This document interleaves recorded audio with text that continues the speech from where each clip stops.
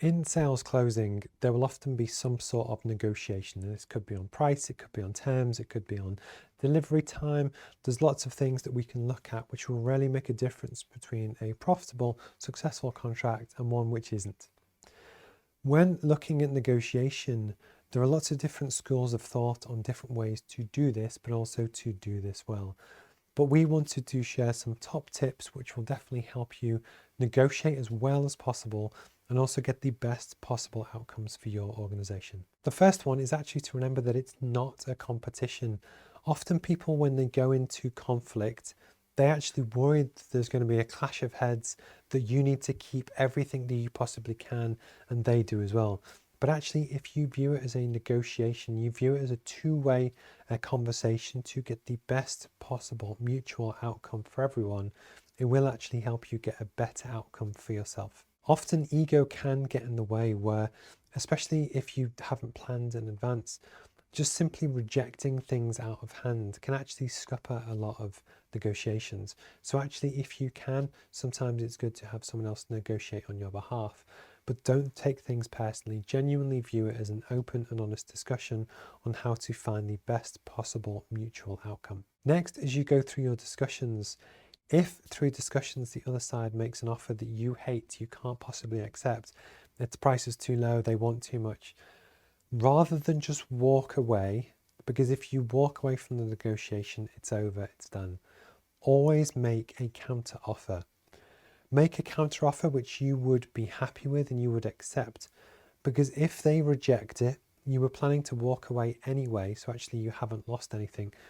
But there's also the potential to salvage the negotiation through always, rather than walking away, make a counter offer with something that you would accept, just to see actually, can you find a middle ground that works? Often in negotiations as well, both internally and externally, so a large part of my job is to work with potential buyers of companies, but also working with the management teams internally who are selling their company.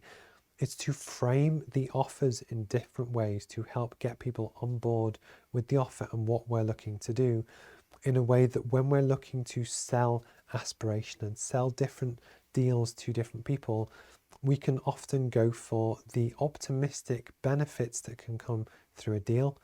But actually, people are very loss avoidant. So people hate the idea of loss. So when looking to frame your offer, people will actually often turn down a bigger upside if it comes with risk versus a guaranteed sure thing.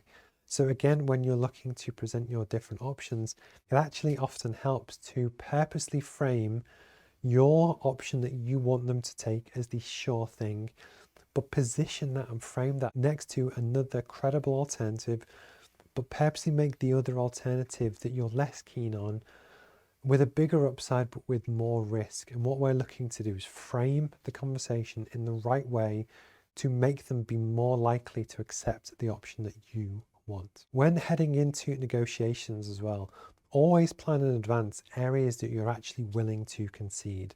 Often in discussion, it's very rare that someone will make an offer and you just accept. There'll be like a tennis match, a to and fro of information and negotiation, where they might make an offer, you go back to them and say, we're not happy with this, but how about this? And the idea is to go through and look at things that you're willing to give up in exchange for the stuff that you want. Before you sit around the table to have that discussion, always know in advance the things that you're willing to give up on.